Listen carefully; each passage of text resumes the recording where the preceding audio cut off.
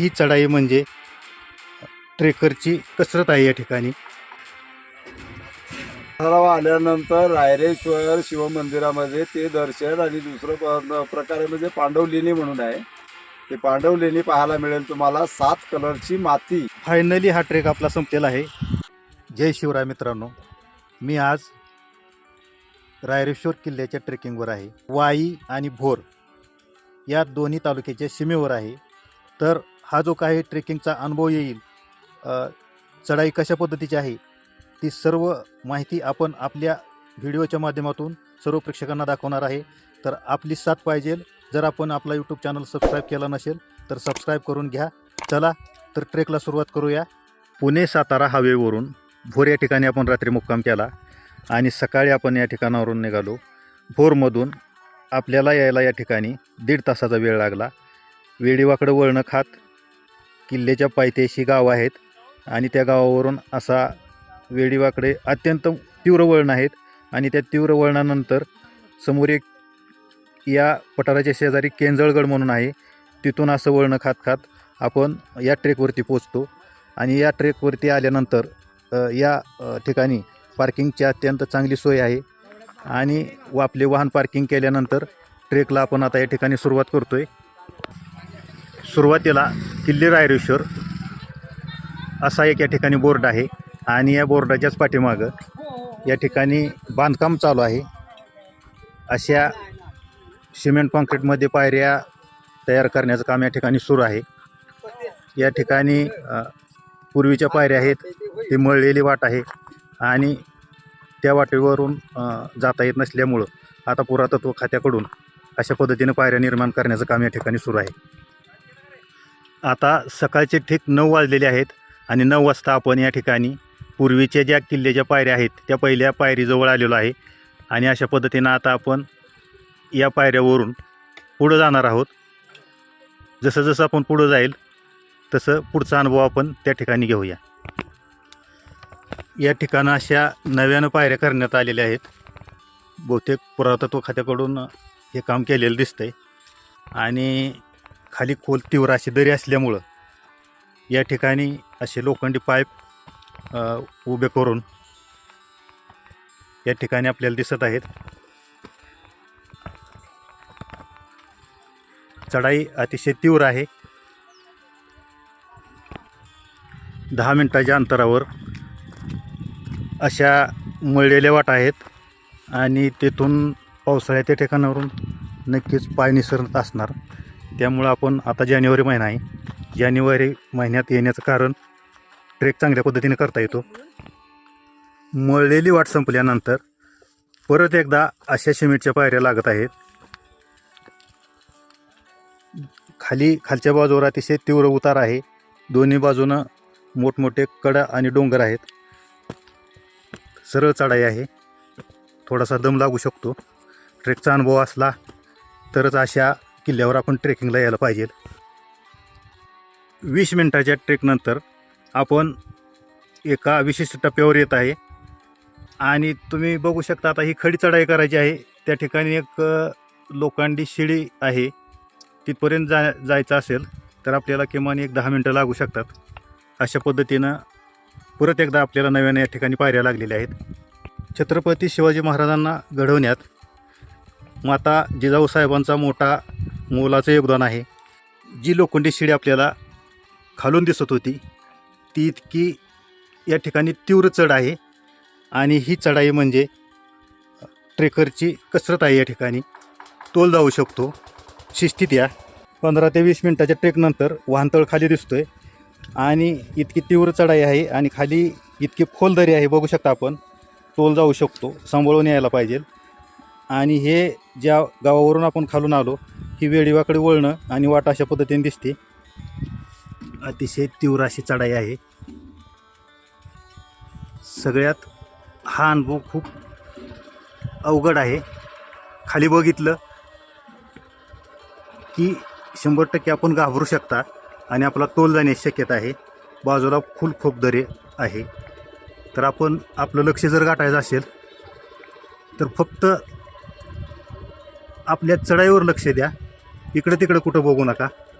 तरच आपण सुरक्षित वर चढाई करू शकता. अशा पद्धतीनं आपण अगदी सुरक्षित हा टप्पा पूर्ण केलेला आहे. जुन्या पायऱ्या कदाचित त्या ठिकाणी असतील, त्या पायऱ्या इथून काळाच्या पडद्याआड म्हणजे पावसाने उन्हाने झिजून गेलेल्या असाव्यात. बघा इतकी खडी चढाई आहे या पायऱ्यावर. इथून पुढं सुद्धा अशाच पद्धतीच्या पायऱ्या आहेत. पायऱ्यांना अशा पद्धतीनं गज लावलेली आहे, पाय वगैरे पावसाने घसरू नये म्हणून पावसाळ्यात. आपण धीरे धीरे सुरक्षित असं जाऊ शकता. छत्रपतींचा इतिहास जर आपल्याला अनुभवायचा असेल तर कड्याकापर्यंतच आपण यायला पाहिजे. झालं का दर्शन बाबा? आमचं दर्शन म्हणजे आमचा जन्मच इथला आहे. बरं जन्मचित्वा. एक मिनिट थोडंसं 1 मिनिट. या ठिकाणी आपल्याला वरून ट्रेकवरून खाली येताना काकांचं दर्शन झालंय. तर काका सुरुवातीला नाव सांगा आणि ह्या कुठल्या गावातून एसटीची सोय इथे यायला कशी आहे तेवढं सांगा. आज आम्ही इथलं स्थानिक जन्मभूमीच आमची ही आहे. आणि रायरेश्वरला देवणघेवण किंवा जाणं येणं जर म्हणलं तर कोरलं म्हणून गाव आहे खाली. त्या कोरल्या गावापर्यंतच एस टी, तिथून पायी प्रवास. प्रायव्हेट गाडी असेल तर शिर्डीपर्यंत आम्ही टच होतो, तिथून मग रायरेश्वरवरती पठारावर जाण्याची सोय आहे. वरती पठारावरती गेल्यानंतर वर कुठलं दर्शन होते आपल्याला? वरतं पठारावर आल्यानंतर रायरेश्वर शिवमंदिरामध्ये ते दर्शन आणि दुसरं प्रकारे म्हणजे पांडवलेणी म्हणून आहे. ते पांडवलेणी पाहायला मिळेल तुम्हाला. 7 कलरची माती ही मंदिरापासून साधारण एक किलोमीटर अंतरावर आहे. ती 7 रंगाची माती पाहायला मिळेल तुम्हाला. पांडवलेणी म्हणजे अर्थात पांडवांचं वास्तव्य होतं का? पांडवांचं वास्तव्य म्हणजे मंदिराचं काम उरकल्यानंतर त्यांचे राहण्याची एक गुहा म्हणून ते तयार करत होते प्रत्येक किल्ल्यावरती. अशी ती गुहा म्हणून आहे. मग छत्रपती स्वराज्याचं पहिली शपथ या ठिकाणी घेतली आणि नंतर 350 किल्लं आपल्या स्वराज्यात निर्माण केलं. तर त्यांच्याविषयी काय थोडक्यात माहिती आहे का तुम्हाला? स्वराज्यात अनेक ठिकाणी शिवलिंगाची पाहणी केली आणि रायरेश्वर पठारावर येऊन दर्शन केलं शिवलिंगाचं. आणि निवासाने गेल्यानंतर त्यांना रायरेश्वर पठारच स्वप्नात दिसायचं, निद्रा लागत नसायची. त्याच्यामुळं हे पवित्र ठिकाण म्हणून स्वराज्याची शपथ रायरेश्वर अशा ठिकाणी घ्यायचं म्हणून फायनल केलं. त्या दिवशी त्यांना शांती मिळाली. 25 मिनिटाच्या ट्रेकनंतर आपण आता पठाराच्या जवळ आलेलो आहे. वर इथून पुढं काही अंतरावर 10 मिनिटाच्या मंदिर दिसेल आपल्याला. आताच काकांनी आपल्याला सविस्तर अगदी मोजक्या शब्दात या किल्ल्याची माहिती सांगितली. त्यांना माहिती विचारण्याचं कारण तर जे स्थानिक असतात त्यांना इतंभूत बरोबर माहिती असते. या ठिकाणी मोठमोठाले मार्गात दगड आहेत. वरतून पावसाळ्यात या ठिकाणावरून पाणी होत असणार आहे. खचकाळगे आहेत.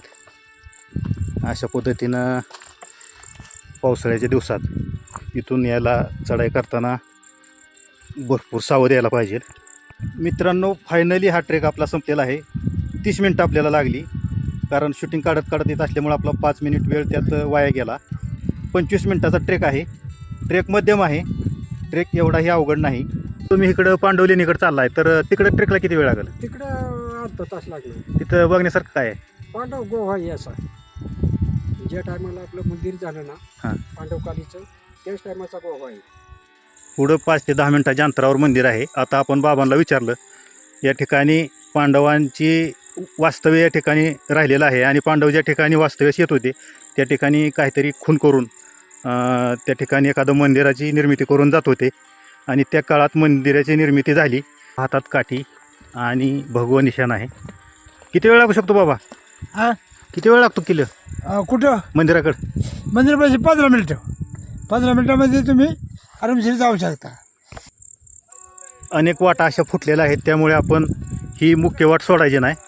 जर वेगळ्या वाटेने गेला तर आपण वेगळ्याच ठिकाणी जाऊ शकता. दुतर्फा अशी मोठमोठी झाडं आहेत. घनदाट जंगल आहे. थोडं पुढं आल्यानंतर रायरेश्वर हॉटेल शिवशंभू सचिन जंगम यांचं हे हॉटेल आहे. यांचा मोबाईल नंबर या ठिकाणी आहे, बघू शकता आपण. 72 18 49 03 91 आणि दुसरा मोबाईल नंबर आहे 91 46 72 42 58. तर या ठिकाणी हे टेंट दिसत आहेत. जर तुम्हाला या किल्ल्यावर मुक्कामाला यायचं असेल तर हा टेंट आणि जेवणाची सगळी सोय अशा पद्धतीनं या ठिकाणी जंगम करतात. येऊन मुक्काम जर करायचा असेल तर या ठिकाणी लायटिंगची पण अशा पद्धतीनं सोय आहे. आणि जनावरांचा वगैरे धोका होऊ नये म्हणून असे दोन्ही बाजूनं बांबू आहेत. जंगली पशु या ठिकाणी असू शकतात. जर आपण टेंट घेतला आणि टेंटमध्ये आपण मुक्काम करण्याचा निर्णय घेतला तर ते जे त्यांचं काय पॅकेज असेल त्या पद्धतीने त्यांची फी देऊन, आता इथं सांगतायत काही जण 800-900पर्यंत टेंट आणि सर्व जेवणाची व्यवस्था या ठिकाणी काही ट्रेकर अशा पद्धतीने या ठिकाणी आराम करत असतील. हे अशा पद्धतीने या ठिकाणी लाईटची वगैरे सोय आहे. भीतीचं कुठलंही कारण नाही. हॉटेलच्या जवळ आपल्याला हा एक या ठिकाणी बोर्ड दिसून येतोय. हा बोर्ड आपण या ठिकाणी समजून घेऊ. रायरेश्वरचं पठार जे आहे ह्या नकाशाच्या आत दाखवलेलं आहे आणि रायरेश्वर येथून आपल्याला जे काही याच्या पठारावरून जी दृश्य दिसतात किंवा जी जवळ आहेत त्या सर्व दृश्यांची नावं मी या ठिकाणी वाचून दाखवतो तुम्हाला. तोरणा किल्ला दिसतोय, राजगड दिसतोय, रायरी, सांबरदरा, लोहदरा, पुरंदर, रोहेडा, मांढरदेवी, गणेशदरा, पांडवगड, गायदरा, कोर्ले, वडतुंबी, टिटेघर, केंजळगड, जांभळी, कमळगड, कोल्हेश्वर पठार, जांभळी धरण, चंद्रगड, निखिंदटोक, रायगड, कावळ्या, जननीचा दर्गा, निवंगण, कुदळी अशा पद्धतीने या ठिकाणी या बोर्डाचं आपण या ठिकाणी वाचून दाखवलं तुम्हाला. तर या नकाशाचा भरपूर फायदा होऊ शकतो. या नकाशा बघून आपण या ठिकाणी किल्ल्यावर लेणी कुठं आहे, रंगीत माती कुठं आहे याचं सर्व या ठिकाणी काळ्या टिपक्यामध्ये अशा पद्धतीनं नकाशात दाखवलेलं आहे. हॉटेलच्या पुढं पण आल्यानंतर अशा पद्धतीनं याच रस्त्यावरून पुढे यायचं आहे. पुढं आल्यानंतर घनदाट जंगल आहे पुढं आणि त्याच्या पुढं मंदिर आहे. थोडं पुढं आल्यानंतर आपल्याला संत तुकाराम महाराजांचा या ठिकाणी फोटो आहे आणि एक बोर्ड लावलेला आहे. संत नामदेव महाराजांचा पण या ठिकाणी फोटो आहे. तर या ठिकाणी बघूया आपण संत तुकाराम महाराज यांचं कीर्तन ऐकायला छत्रपती शिवाजी महाराज नेहमी जात असत. या ठिकाणी काय कुठले अभंग आहेत बघूया. वृक्षवल्ली आम्हा सोयरे वनचरे, पक्षीही सुस्वरे आळवती. तुकाराम गाथा 307 नंबरचा अभंग आहे. शुद्ध बीजापोटी फळे रसाळ गोमटी. तुकाराम गाथा 2062 नंबरचा अभंग आहे. तुका म्हणे आळा उदक देता लाभे फळा. या 3 प्रमाणातून बरंच काही शिकण्यासारखं आहे. आपण इतिहासात ही माणसं बघितलेली आहेत आणि ज्यावेळी प्रत्यक्षात यांचे शब्द आपण ऐकतो त्यावेळी आपल्या काळजावर ते कोरून घर करून राहतात. संत नामदेव महाराजांचा या ठिकाणी एक अभंग आहे. जे वृक्ष लावती सर्व काळ, तैवारी छत्रांचे छल्लाळ. जे ईश्वरी अर्पती फळ, नानाविध निर्मळ. त्याचा अर्थ खाली दिला आहे. जे वृक्ष लावतात त्यांच्यावर कायमस्वरूपी निसर्गाचे छत्र लाभते. निसर्गाची कृपादृष्टी असेल तर मानवाचे सर्व प्राणीमित्रांचे जीवन सुखी व संरक्षित असते. संत नामदेव. हे पाण्याचं टाकं दिसतंय. विहीर आहे. अतिशय छान अशी विहीर आहे. पिण्यायोग्य पाणी आहे. या विहिरीत अशा पद्धतीनं झारापण केलेलं आहे. ही ऐतिहासिक विहीर आहे. या ठिकाणी असा एक बोर्ड लावला आहे. दुर्ग रायरेश्वर गोमुख टाके आणि सूचना दिलेली आहे. हे पिण्याचे पाणी आहे. कृपया कुणी हातपाय सोडून बसू नका. हातपाय तोंड धुवू नका. या टाक्याला पांडवकालीन इतिहास आहे. या ठिकाणी दुसरा एक बोर्ड आहे. हे पिण्याचे पाणी आहे व मंदिरात पूजा अर्चा करण्यासाठी या गोमुख पाण्याचा वापर केला जातो. आपण हे पाणी आता पिणार आहे कारण आतापर्यंत 10:30 टायमिंग आहे. जसं आपण खालून निघालो तसं आपल्याला मध्ये कुठेही बिसलरी दिसली नाही. हॉटेल उघडं नव्हतं. हॉटेल थोड्या वेळात उघडलं.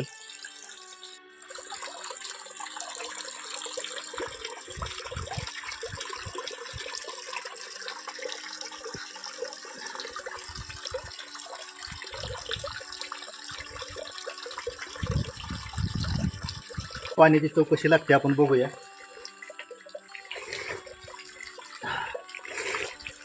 रायरेश्वरावरील हे पाण्याचं टाका आहे आणि ह्यातलं पाणी इतकं चवदार आहे. ओरिजिनल जर आहे. याला कुठल्याही पद्धतीनं जे आपण फिल्टर केलेलं पाणी पितो ना असं पाणी पिण्यात पाण्यातलं जे काय अंश आहे तो सर्व अंश बाहेर निघून जातात. लोह असेल, खनिज असेल. तर हे जे अमृत आहे ते ओरिजिनल अमृत आपण एकदा तरी आपल्या आयुष्यात केलं पाहिजे. ज्या क्षणाची आपण वाट पाहत होतो तो क्षण अगदी आता काही मिनिटाच्या अंतरावर आहे. हे आपण बघा. रायरेश्वराचं मंदिर आहे. मंदिराच्या जवळ आल्यानंतर हा एक बोर्ड या ठिकाणी लावलेला आहे. थोडक्यात आपण वाचन करू याचं. रायरेश्वर पठार भौगोलिक स्थान, दाट झाडी, खोल दऱ्या, उंचच्या उंच सुळके, अस्ताव्यस्त पसरलेली पठारे, लांबच लांब सोंडा आणि आडवळणी घाट यामुळे हा परिसर तसा दुर्गमच आहे. पठाराच्या समोर असणारा काळ्या कातळातील केंजडगड, तालुका वाई, जिल्हा सातारा आपल्याला खुणावतो. रायरेश्वर पठाराची उंची समुद्रसपाटीपासून 4694 फूट इतकी आहे. त्यामुळेच हे ठिकाण पुणे जिल्ह्यातील सर्वात उंच होते. तर पठाराचा दुसऱ्या टोकाच्या पुढे रायगड जिल्ह्याची हद्द सुरू होते. या पठाराची लांबी सुमारे 12 किलोमीटर व रुंदी 1.5 मीटर किमी इतकी आहे. येथील पर्जन्यमान कोकणासारखे असल्याने सततधार पाऊस पडत असतो. पठारावर पडणाऱ्या पावसामुळे चारही दिशांना धबधबे कोसळत असतात. पावसाळ्यात पठारावरील रंगीबेरंगी फुले व फुलपाखरे मन मोहून टाकतात. या गडावरील उंच टेकडीवर टेंबेघर उभे राहिल्यास राजगड, तोरणा, सिंहगड, विचित्रगड, पुरंदर किल्ला, पांडवगड, कमळगड, नवरानवरीचा डोंगर स्पष्ट दिसतात. पठाराच्या पश्चिमेच्या शेवटच्या टोकाला निसर्गरम्य असे नकिंदा ठिकाण आहे. नकिंदा ठिकाणाहून प्रतापगड, सिंहगड, मंगळगड, राजगड दिसतो. तसेच कोकण दर्शन होते. येथे इको पॉईंट आहे. येथेच भेकर असलेला भेकर माळ आहे. याच गडावर सप्तरंगी माती आढळून येते. बाजूवरून हे मंदिर असं दिसतंय. अशा पद्धतीचं हे निसर्गरम्य आणि ऐतिहासिककालीन मंदिर आहे. समोरच छत्रपती शिवाजी महाराजांचा पुतळा आहे आणि या ऐतिहासिक ठिकाणी येण्याचं मला भाग्य लाभतंय. माझ्या ते नशिबात होतं म्हणून मी या ठिकाणी आलो आहे. छत्रपती महाराज या ठिकाणावरून यांची पाय लागले आणि त्या पायाची माती मी या ठिकाणी कपाळाला लावून पुढे प्रवास आता मंदिरात जातो. बघूया त्या ठिकाणी काय जीर्णोद्धाराचं काम सुरू आहे. येथे काय नव्यानं बांधकाम सुरू आहे. अशा पद्धतीनं आत जाताना हे दोन्हीकडील असं स्तंभ आहेत आणि भगवा निशाण आहे आणि तिथून आपण आता प्रवेश करणार आहोत. छत्रपती शिवरायांनी अवघ्या 16व्या वर्षी स्वराज्याची शपथ घेतली. तो दिवस होता 27 एप्रिल 1645. तो दिवस उजाडला. पुण्यावरून जिजाऊ साहेबांची परवानगी घेतली आणि तेथून 12 मावळातील सवंगडी जमा करून, आपले बालमित्र जमा करून, तेथून पहाटे निघून छत्रपती शिवाजी महाराज आपल्या मावळ्यांसहित पांडवकालीन ऐतिहासिक मंदिर रायरेश्वर या मंदिरापाशी आले आणि या मंदिराजवळ येऊन छत्रपती शिवाजी महाराजांनी या ठिकाणी गोमुख कुंड आहे तिथून पाणी आणून आणि या पिंडीला एका पुजाऱ्याच्या साह्यानं दुग्धाभिषेक करून या 12 मावळ्यांनी आणि छत्रपती शिवाजी महाराजांनी या पिंडीवर आपल्या करंगळीचे रक्त आणि रक्ताचा अभिषेक केला आहे असा इतिहास आहे. हे ऐतिहासिक ठिकाण निवडण्याचं कारण माता जिजाऊ साहेब नेहमी छत्रपतींना रामायण, महाभारत यातील कथा सांगत असे. लहानपणापासून या कथा सांगण्याचं जिजामातांचं काम सुरूच होतं. त्यामुळं छत्रपती शिवाजी महाराजांना इतिहासाची आवड होती आणि या ठिकाणी या पर्वतावर पांडवांनी काही काळ वास्तव्य केलं आहे आणि ते वास्तव्य केलं असताना पांडव ज्या ज्या ठिकाणी त्यांनी वास्तव्य केलं त्या त्या ठिकाणी काहीतरी खून निर्माण करून पांडव पुढील प्रवासासाठी जात होते आणि असंच हे ऐतिहासिक ठिकाण असल्यामुळे छत्रपतींनी पुण्यापासून सुमारे 92 ते 95 किलोमीटर अंतर असलेलं हे मंदिर इतक्या मोठ्या पठारावर असून हेच निवड का केली तर इतिहासाच्या कथा ऐकणे हा आणि त्यातून रणनीती शिकणे हा आवडता विषय असल्यामुळं आणि छत्रपती शिवाजी महाराजांबरोबर शपथ घेत असताना 12 मावळातील 12 मावळे होते. त्यापैकी कान्होजी जेदे, बाजी पासलकर, तानाजी मालुसरे, सूर्याजी मालुसरे, येसाजी कंक, सूर्याजी काकडे, बापूजी मुदगल, नरसप्रभू गुप्ते, सोनोपंत डबीर आणि आपले बालमित्र सवंगडी आणि काही निवडक मावळे घेऊन छत्रपती शिवाजी महाराज 27 एप्रिल 1645 रायरेश्वर या ठिकाणी स्वराज्याची शपथ घेतली. निजामशाही, बादशाही, आदिलशाही, मोगलशाही या 5 शाह्यांच्या जबड्यातून आपलं स्वराज्य निर्माण करायचं आणि आपली ताकद पूर्ण देशाला आणि पूर्ण जगाला दाखवायची आणि स्वाभिमानानं जगायचं हा संदेश घेऊन या ठिकाणावरून निघाले. हे ऐतिहासिक ठिकाण आहे. पांडवकालीन याला वास्तव्य आहे. त्यामुळे छत्रपती शिवाजी महाराजांना इतिहासाची आवड होती. माता जिजाऊंकडून त्यांनी इतिहासाचे धडे घेतलेले होते.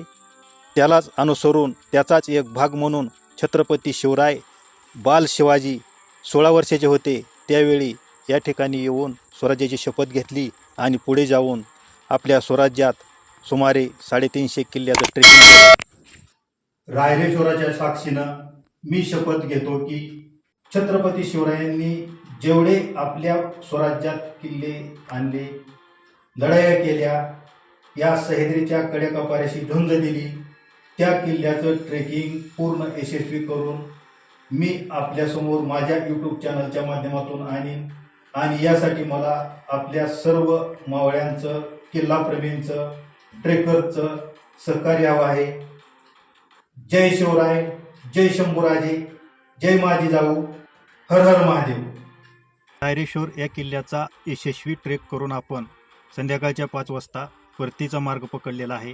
किल्ल्याच्या खाली उतरून आपण आता आपल्या पुढील ट्रेकिंगकडे जाणार. आणि आजच्या या व्हिडिओमध्ये आपण याच ठिकाणी थांबतोय. जय शिवराय, जय रायरेश्वर, छत्रपती शिवाजी महाराज की जय, हर हर महादेव.